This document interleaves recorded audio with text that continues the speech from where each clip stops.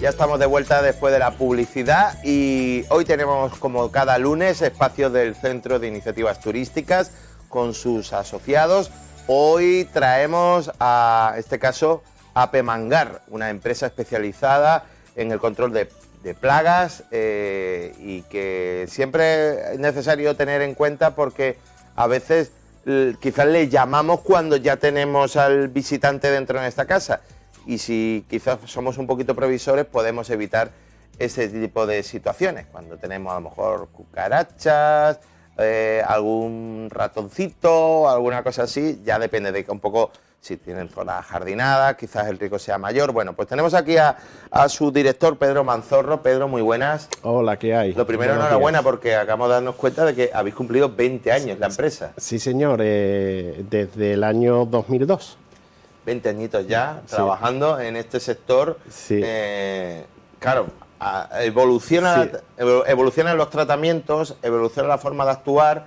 No sé si aparecen especies nuevas o más o menos son las habituales.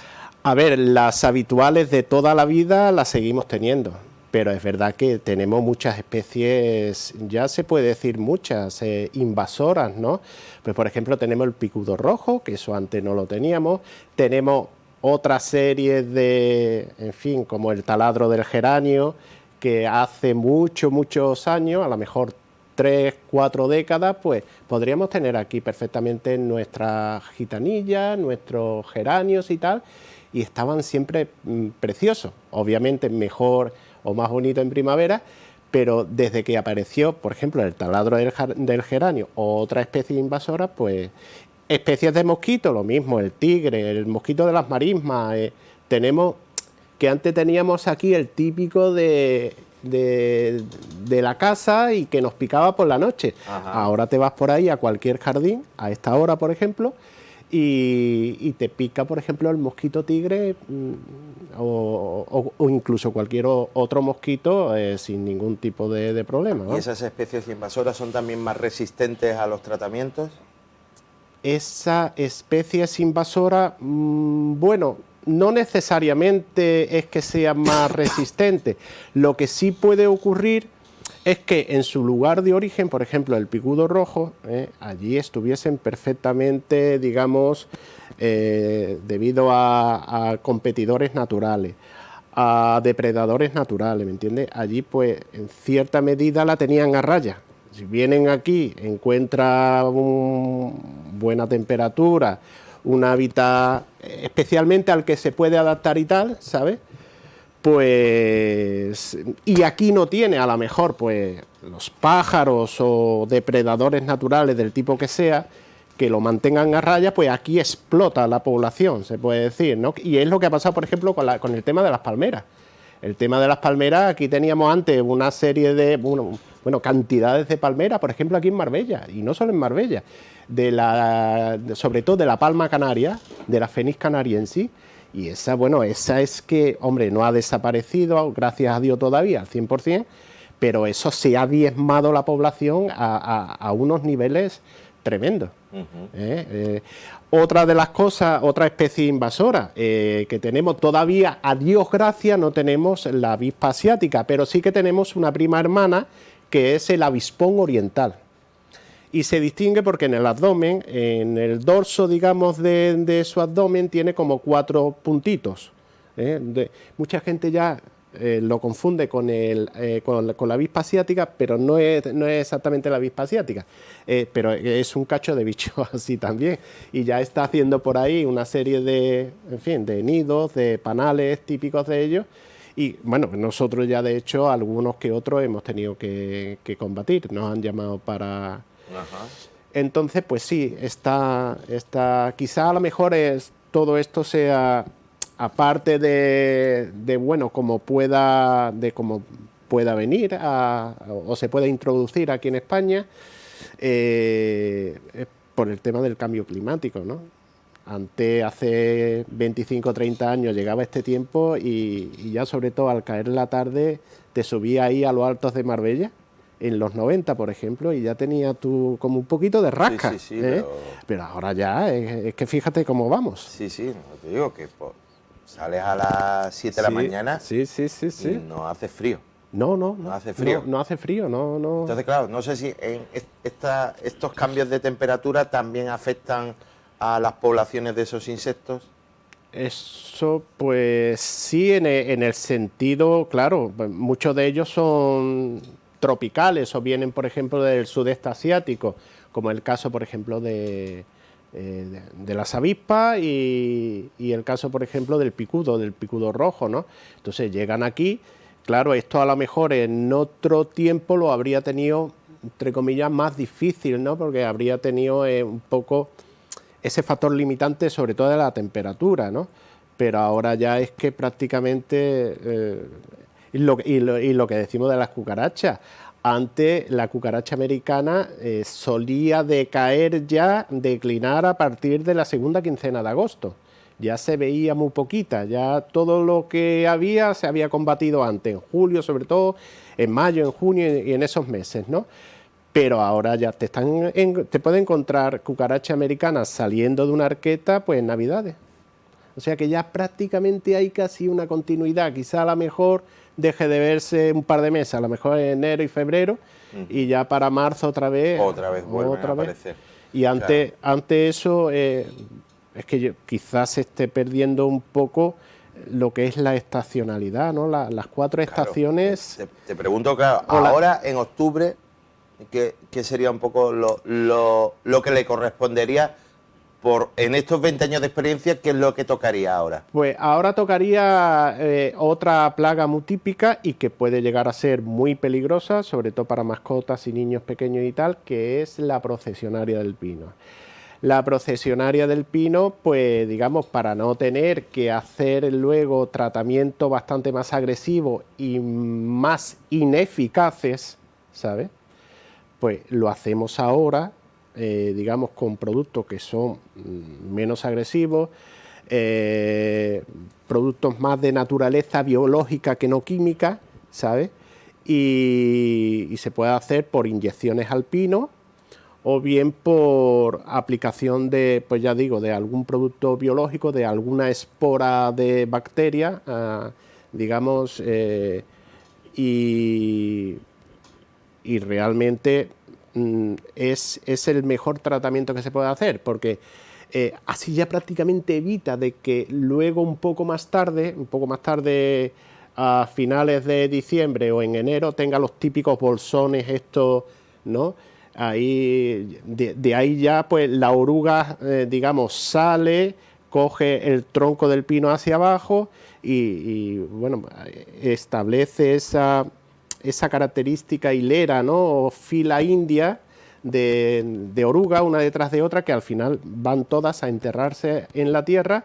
Allí sufren, digamos, su metamorfosis correspondiente y luego en el mes de agosto por ahí pues sale una mariposita así, un microlepidóptero, una mariposita, aquí le llaman una palomita así de color gris, y esa es la que pone en la cícula del pino, pone el huevo y así inicia de nuevo, de ahí sale una larvita que sufre 6 o 7 mudas distintas, en cada muda se hace más fuerte, por eso hay que emplear tratamientos más fuertes también. Entonces lo suyo es hacer un tratamiento preventivo ahora, o bien con productos biológicos o bien con inyecciones directamente. Entiendo, por lo tanto, que ahora es más o menos ese trabajo en zonas, urbanizaciones que tengan zonas arboladas. Arboladas, sobre todo con pino, tenga sobre todo y pino canario, que el pino canario es, digamos, al que más le afecta.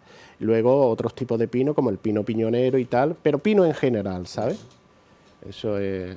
El tiempo de hacerlo es ahora, es lo mejor. Bueno, y en cuanto a los hogares, ahora mismo, no sé si es momento también de poder actuar o solamente cuando ya el problema aparece, porque has tenido alguna entrada de algún insecto y se está reproduciendo. Sí, ahora, digamos, sería exactamente así, ¿no? Porque ya, aunque acabamos de hablar antes de lo del cambio climático y tal, y que las estaciones están cada vez más desdibujadas y tal, pues ahora sería un poco eso, sería un poco, bueno, pues si tengo un problema de de cucaracha alemana, por ejemplo, pues tratarlo en el momento, ¿no? Pero si se trata de la otra especie, de la cucaracha americana, esa que viene del saneamiento, lo suyo es hacer los tratamientos quizás un poco antes, ¿no? A lo mejor en mayo, en junio como muy tarde, ¿sabes? Para que así después del tratamiento te pueda cubrir ya prácticamente el resto del verano. Porque si lo haces ahora, digamos, la persistencia de los productos no es eterna, o sea, eso con el tiempo se va, o bien porque vamos pasando la fregona sobre el suelo donde lo hemos echado, o por la razón que sea, o muchas veces pues, son fotosensibles o termosensibles, esas moléculas que se van deteriorando, y el producto que has echado se deteriora, con lo cual no tiene mucho sentido en una época donde hay la población de plaga, digamos, es relativamente baja y no tienes mucho y quizás te puedas esperar a cuando empieza a subir y ahí la puedas castigar con el producto y realmente obtenga un mayor beneficio, ¿no? Un mayor... Y luego, porque vas al supermercado y encuentras muchos productos supuestamente para actuar. Sí. ¿Realmente tienen eficacia o son simplemente para quizás casos muy concretos para...? Sí, quizás a lo mejor, a ver, son digamos para casos puntuales, concretos y sobre todo allí donde se requiera poca persistencia del producto, porque casi todos son aerosoles, entonces, bueno, aplicas lo que sea y el aerosol pues no es exactamente un gas, pero es una partícula muy fina, con lo cual eso al final se disipa, ¿me entiendes? Y lo que no mate en el momento ya no lo va a matar después. No es a lo mejor como una laca que deja una cierta residualidad, una cierta persistencia y está eso actuando ahí durante un cierto tiempo. Depende, digamos, de los problemas que realmente tenga esa persona. Porque claro, eso en mi casa yo lo puedo hacer, porque allí a lo mejor, y hasta cierto punto, allí porque con esos productos es muy difícil que le pueda romper el ciclo de vida al bicho, al insecto que sea. Entonces, claro, estás comprando y aplicando los flies estos típicos, ¿no? Pero claro, no consigue, ¿por qué? Porque se ponen muchas tandas de huevos y hay muchas eclosiones de todas esas tandas de huevos y eso no paran de reproducir. Entonces la cuestión es que el producto persista lo suficiente como para que al final te quede la última pareja que se pueda parear y se pueda reproducir, ¿me entiendes? Y la mates también, y así ahí será cuando le ha roto el ciclo de vida al insecto. Si no, por eso trae de cabeza a muchas amas y amos de casa, ¿me entiendes? Porque no paran de aplicar productos y no hay manera de... Pero digo, en la medida que sea posible, ¿no? De forma, pues cada X tiempo se pueden retirar el electrodoméstico, limpiar un poquito por detrás. Eso es muy importante, es muy importante. ¿Por qué? Porque si se nos ha caído, pues por ejemplo, yo qué sé, en una casa, vamos a poner como ejemplo una casa, ¿no? Cosas que por detrás del mueble, entre el mueble y la pared, pues no vemos muchas veces lo que se nos cae. Entonces muchas veces, pues desde servilletas de papel o restos de comida, se va formando, digamos, una capita, ¿sabes? Y si esa capita está en un sitio frío, a lo mejor no te importa mucho, pero como coincida, digamos, cerquita de un motor de una nevera, eso ahí realmente puede llegar a tener un problema, porque lo utilizan, digamos, como escondrijo y como... digamos, un sitio de anidamiento, ¿no? Porque ahí tiene digamos, la temperatura idónea, la humedad idónea. Claro, es que un motor de un frigorífico, de una nevera, de un congelador, eso está permanente, las 24 horas eso está encendido. Sí. Entonces, esa temperatura crea un hábitat que es constante. Entonces, ¿qué es lo que ella quiere, ¿sabes? Entonces, la cucaracha en este caso. Y no te cuento ya en restaurantes, bares y todo eso, donde ahí ya el tema de la limpieza, eso es más peliagudo que en una casa. También porque tiene mucho más trasiego de personas, de clientes, tiene muchísimos más neveras, más electrodomésticos en general. Entonces, claro, todo eso dificulta... y claro, una de las cosas... Porque aquí funciona la regla esa de más vale prevenir que no tener que curar. Y eso es aquí una regla de oro. Pero claro, muchas veces, sobre todo en verano y tal, pues los restaurantes y los bares y tal tienen tanto trabajo que yo entiendo que no pueda hacer limpiezas tan excesivamente profundas, ¿no? Bueno, pues Pemangar, como decíamos, es una empresa que se encuentra en la zona de Nueva Andalucía, Plaza Baltasar Gracián 1, bajo primero. Pueden ponerse en contacto con ellos o a través de el correo info@pemangar.com, un número de teléfono 952-812-307, 952-812-307. Ahí se puede poner en contacto, pero yo creo que la gente ya os busca directamente por redes, tal, y un mensaje y demás. Sí, o el teléfono también móvil que tenemos. Si quiere lo puedo... Sí, es que aquí no lo tengo en la página web. O igual no lo veo yo ahora mismo. Pero... 647 25 20 64. 647 25 20 64. O ahí, bien al email. ¿Y hay urgencias también? Sí, bueno, hombre, hay urgencias, pues por ejemplo, allí donde realmente pueda, por ejemplo, descubran sorpresivamente un nido de una de las avispas estas de por ahí del sudeste asiático, ¿no?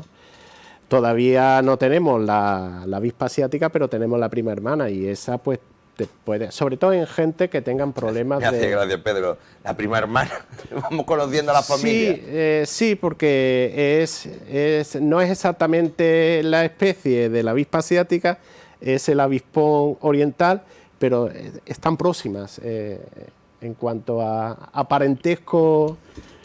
Están próximas. Creo que creo que se distingue bastante bien de la abeja. Que la abeja, la medida que sea posible, hay que mantenerla porque ayuda mucho a la polinización. Exactamente, es un polinizador, digamos, paradigmático. O sea, es que la abeja, eso es...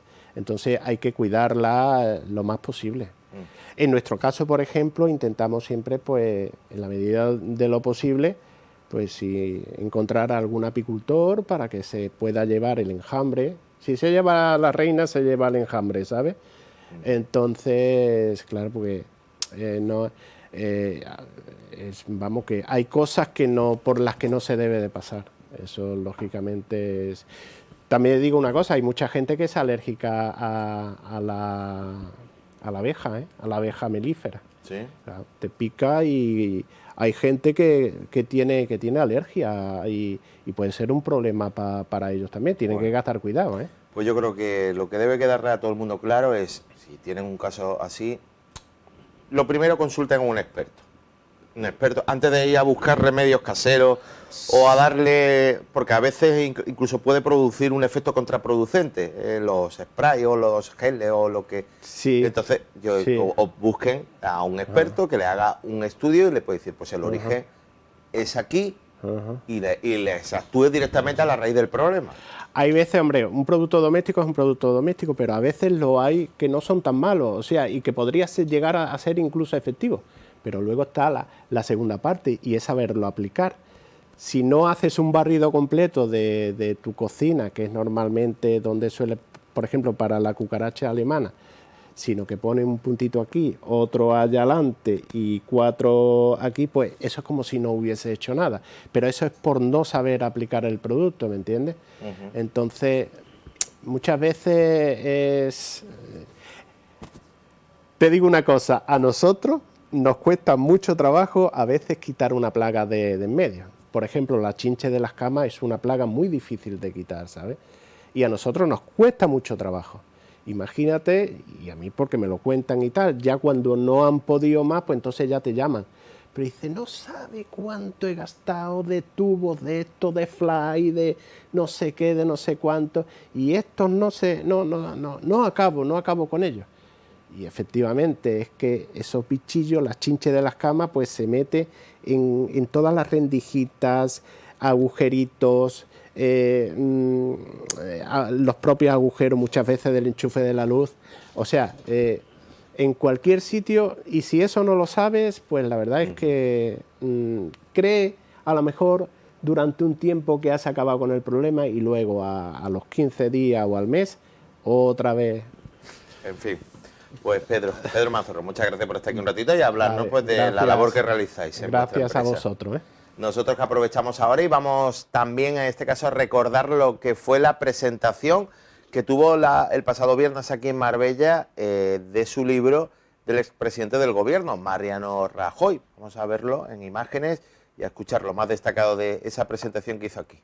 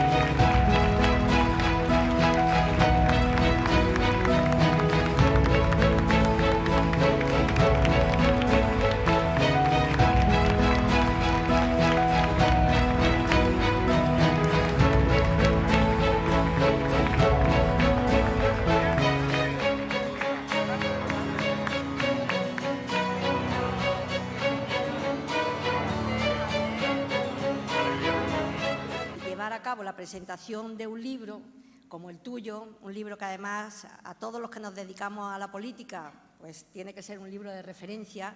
Y hoy tenemos además la gran suerte no solamente de que estén aquí los amigos de Marbella y San Pedro, sino de tener aquí, aparte de los compañeros de los diferentes sitios, tenemos la gran suerte de que pues somos un ayuntamiento que estamos encantados con tener a nuestro secretario general, tener al vicesecretario también, al coordinador general, en fin, tenemos aquí a muchos compañeros del partido y a una persona que en Marbella, si de verdad se le quiere al presidente, vamos a decir que de la misma manera se le quiere a Javier Arenas. Y por lo tanto estamos encantados, querido Javier, de que estés con nosotros.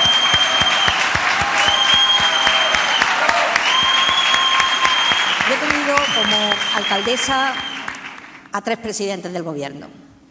Siendo alcaldesa tuve a Zapatero, te tuve a ti y ahora tengo a Sánchez. Eso han sido...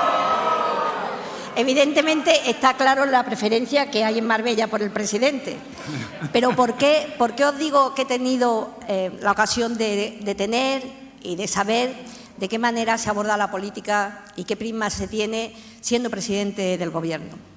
Con Zapatero y siendo representante de una ciudad como Marbella, querido presidente, y ya que tengo la oportunidad de tenerte aquí, aunque te lo he dicho muchas veces, no puedo dejar pasarla y que todo el mundo lo sepa. Con Zapatero, cuando se le hablaba de Marbella, lo único que nos proponían, y mira que veníamos de una situación complicada, era que subiéramos impuestos o que disminuyéramos los servicios. Eso fue lo único que Zapatero hizo por Marbella. Cuando nuestro presidente Rajoy llegó al Gobierno, lo primero que hizo fue salvar de la quiebra a este ayuntamiento. Y yo no tendré palabras para agradecértelo una y otra vez. Señoras y señores, queridos amigos, buenas tardes y muchas gracias a todos. Gracias a la alcaldesa, a Ángeles Muñoz, por invitarme. Yo no salvé al Ayuntamiento de Marbella de nada. Quien superó la quiebra y quien fue capaz de prestigiar a una gran ciudad como es Marbella ha sido tú y las personas que te acompañaron en el Ayuntamiento.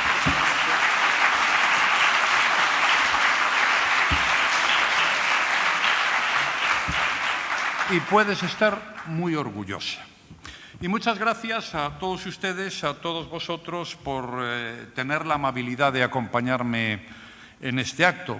Permítame que le dé las gracias de manera muy especial a los militantes del Partido Popular, entre otras cosas porque si no me hubieran apoyado como siempre lo hicieron, pues este libro pues no existiría, porque claro, no tendría nada que contar, ¿no? Y tampoco estaría aquí, y entonces no podría estar con ustedes. Así que tengo que dar las gracias, pues encarecidamente y con un entusiasmo fácilmente descriptible a todos los militantes del Partido Popular que tanto me ayudaron a lo largo de toda mi etapa política. Bien, yo voy a comenzar esta intervención, que intentaré que no se alargue en exceso. Voy a comenzar explicando el título del libro, Política para adultos. Bueno, para dejar las cosas claras y para, en fin, evitar malas interpretaciones, aunque el que interpreta mal, pues le es exactamente igual lo que uno diga o deje de decir. Pero bueno, cuando hablo de política para adultos, yo no me refiero a la edad de nadie. Es decir, se puede ser joven y adulto, y yo conozco muchos, y se puede ser mayor y chisgarabís o infantil, y todos también conocemos mucho, pero no vamos a dar nombres porque hay veces en la vida que los detalles hay que dejarlos a un lado. Si yo no hiciera esta afirmación, pues además estaría tirando piedras contra mi propio tejado, porque yo empecé en política con 26 años, era diputado del primer Parlamento de la historia de Galicia y luego con 28 años fui presidente de la Diputación en Pontevedra, ¿no? Y al menos pues intenté ser adulto. Seguro que cometí muchos errores, pero sin ánimo alguno de presumir, no hacía tantas tonterías como hacen esos en los que ustedes están pensando en estos momentos. Por tanto,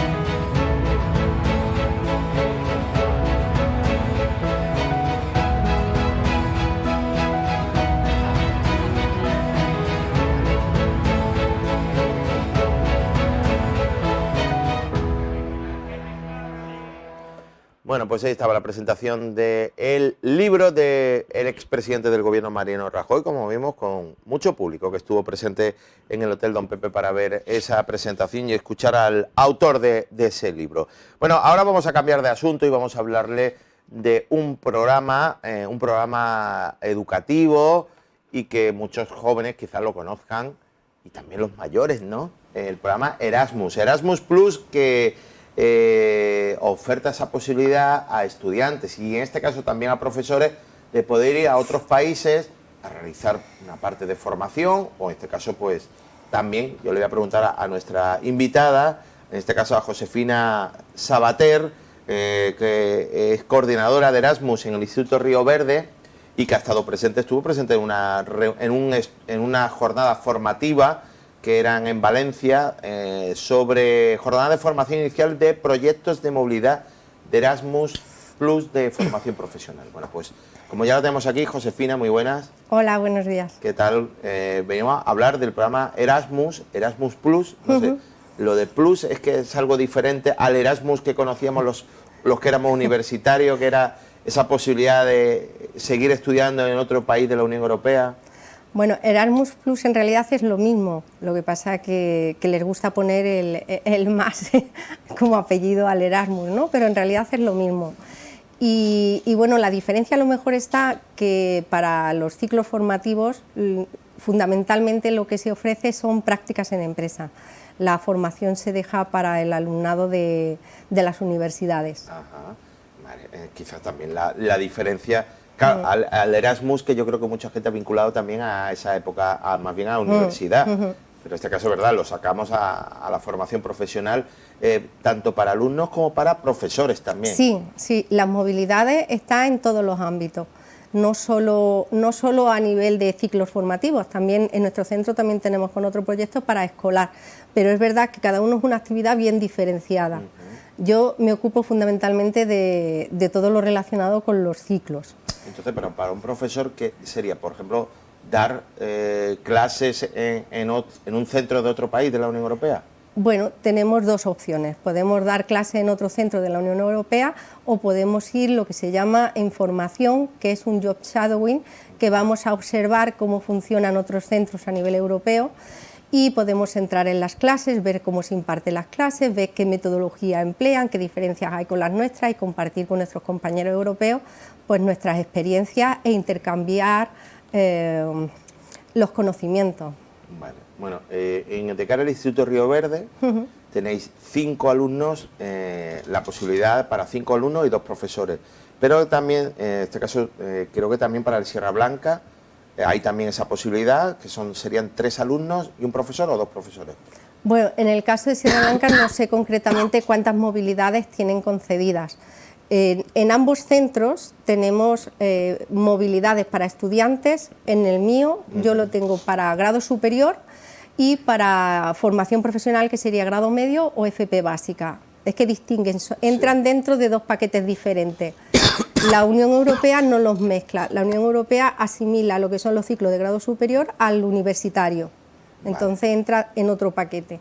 Y ahora mismo en nuestro centro tenemos para este curso en el que estamos la posibilidad de que haya 3 alumnos de grado superior y 6 alumnos de grado medio que puedan hacer sus prácticas en Europa, además de 4 profesores en total que puedan hacer otra actividad de job shadowing. Bueno, ¿qué criterios debe reunir un alumno para poder inscribirse en este programa? Bueno, lo primero es estar matriculado en el centro y después pues vemos el expediente académico del curso pasado. Tiene que tener cierto nivel de idiomas. Normalmente utilizan el inglés, pero puede ser cualquier otro, siempre que sea ese país al que vayan a hacer la movilidad.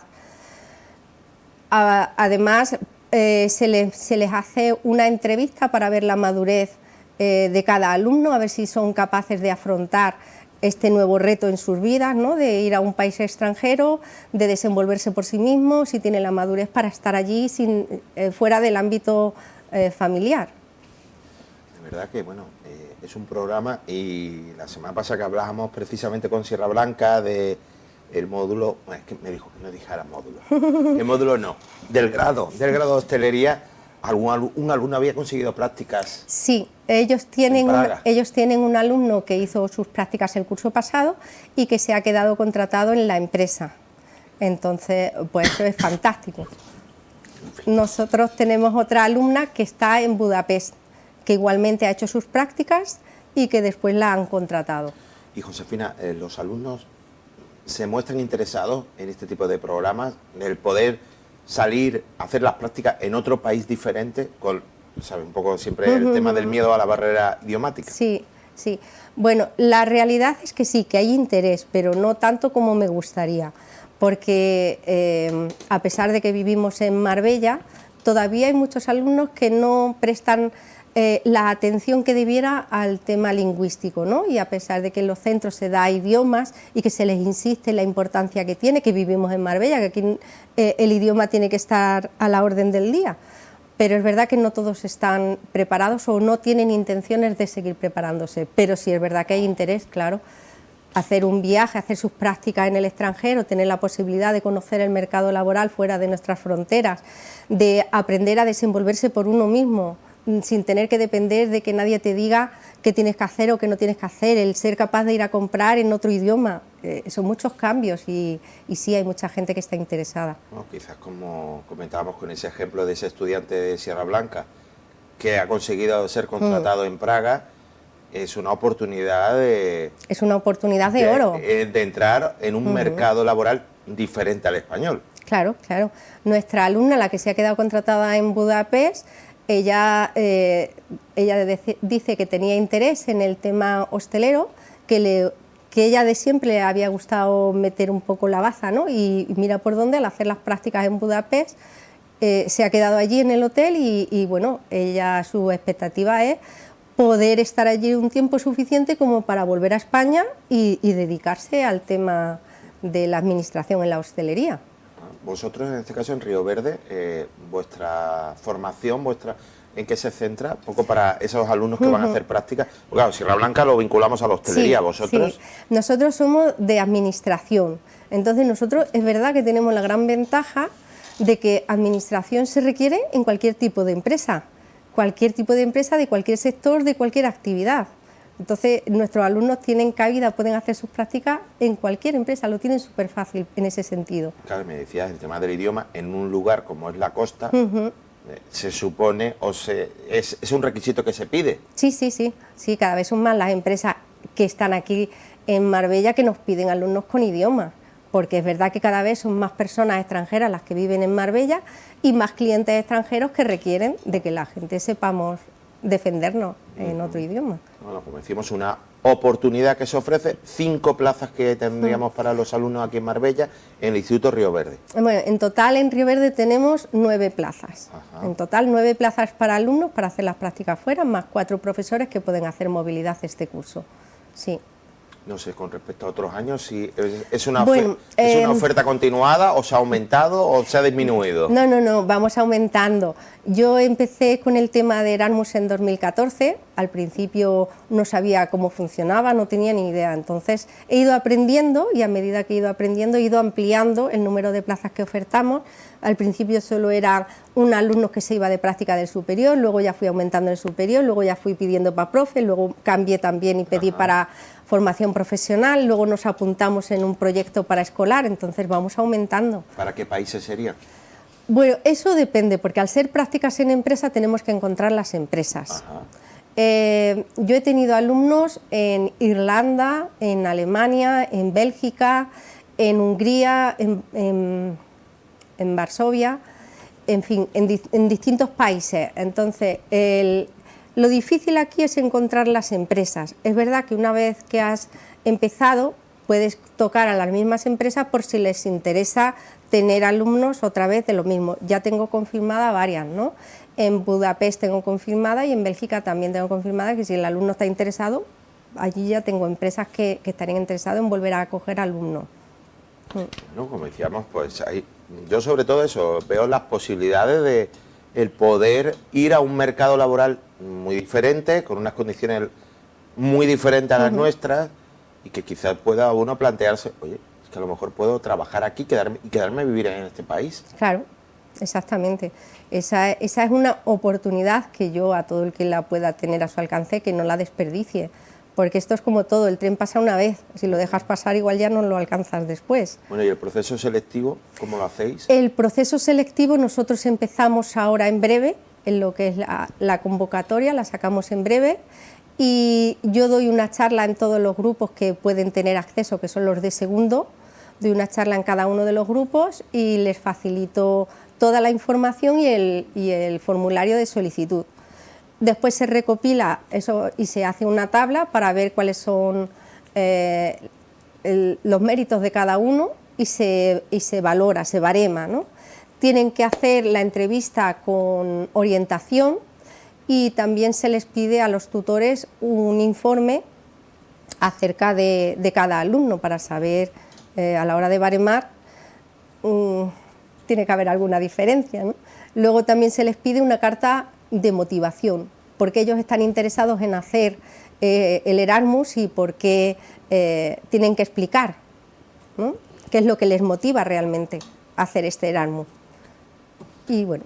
Claro. Y lo que me decías es que te hubiera gustado o te gustaría que se presentaran más. Que sí, a mí me gustaría que hubiera más demanda porque entonces yo solicitaría más plazas para el próximo curso. Eso es el tema. Que claro, tienes 5 plazas, pero claro, si tienes más demanda, ¿hasta cuántas podríais pedir? No hay límite. No hay límite. No vale. hay límite. Las convocatorias para que los centros soliciten estas movilidades es en febrero, suele coincidir con febrero. Entonces, en función de la demanda, pues tú calculas las que puedes pedir.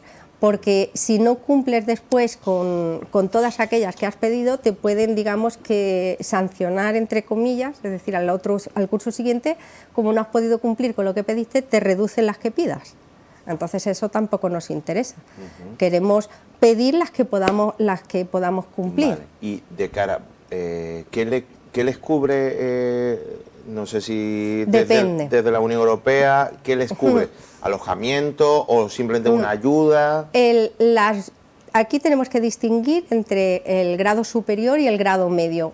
Como te dije al principio, son 2 paquetes diferentes. Los de grado superior, al estar asimilados a la universidad, su dotación es menor.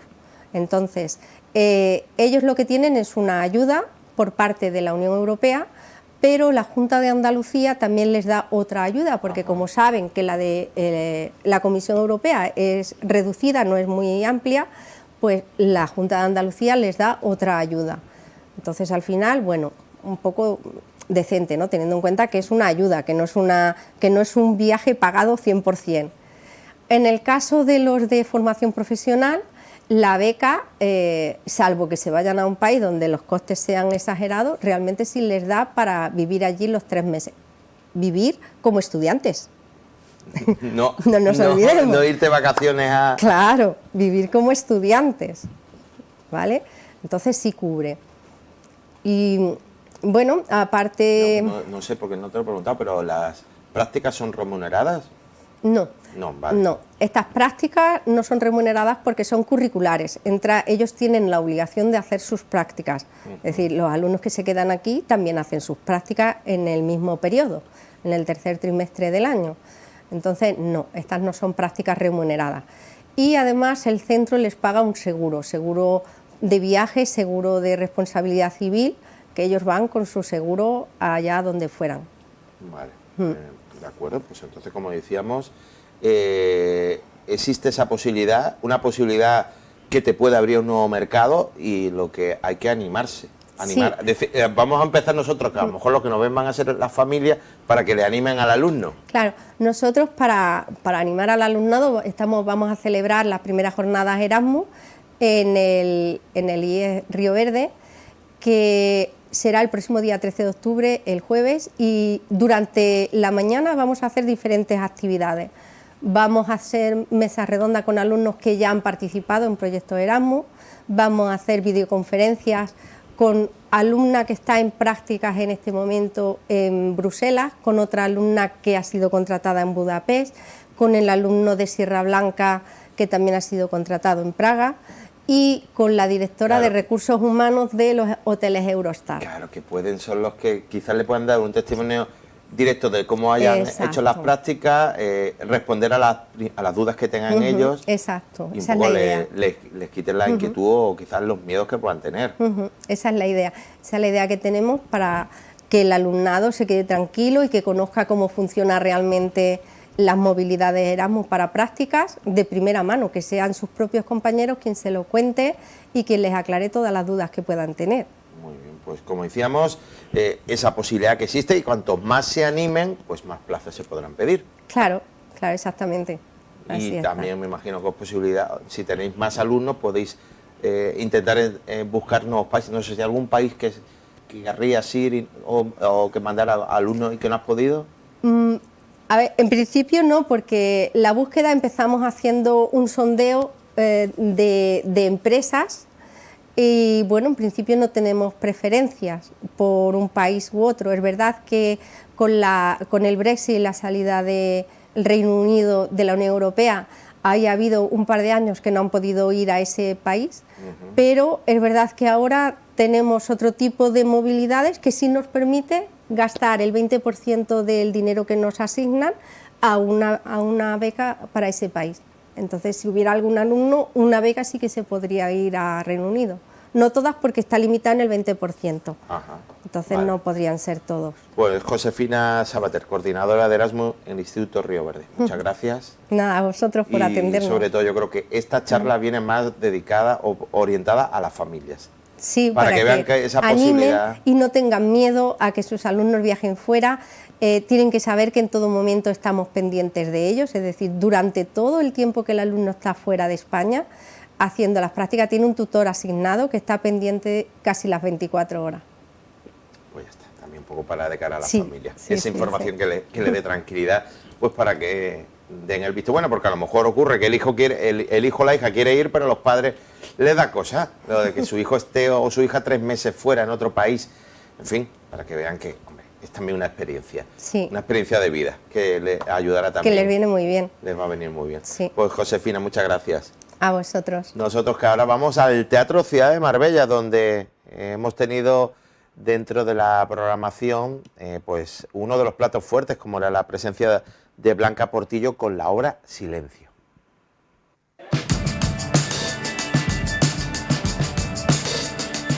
La verdad que sin expectativas ninguna, porque bueno, yo creo que el teatro es una forma también de justo de sorprenderse. Entonces sin expectativas y la verdad con muchas ganas.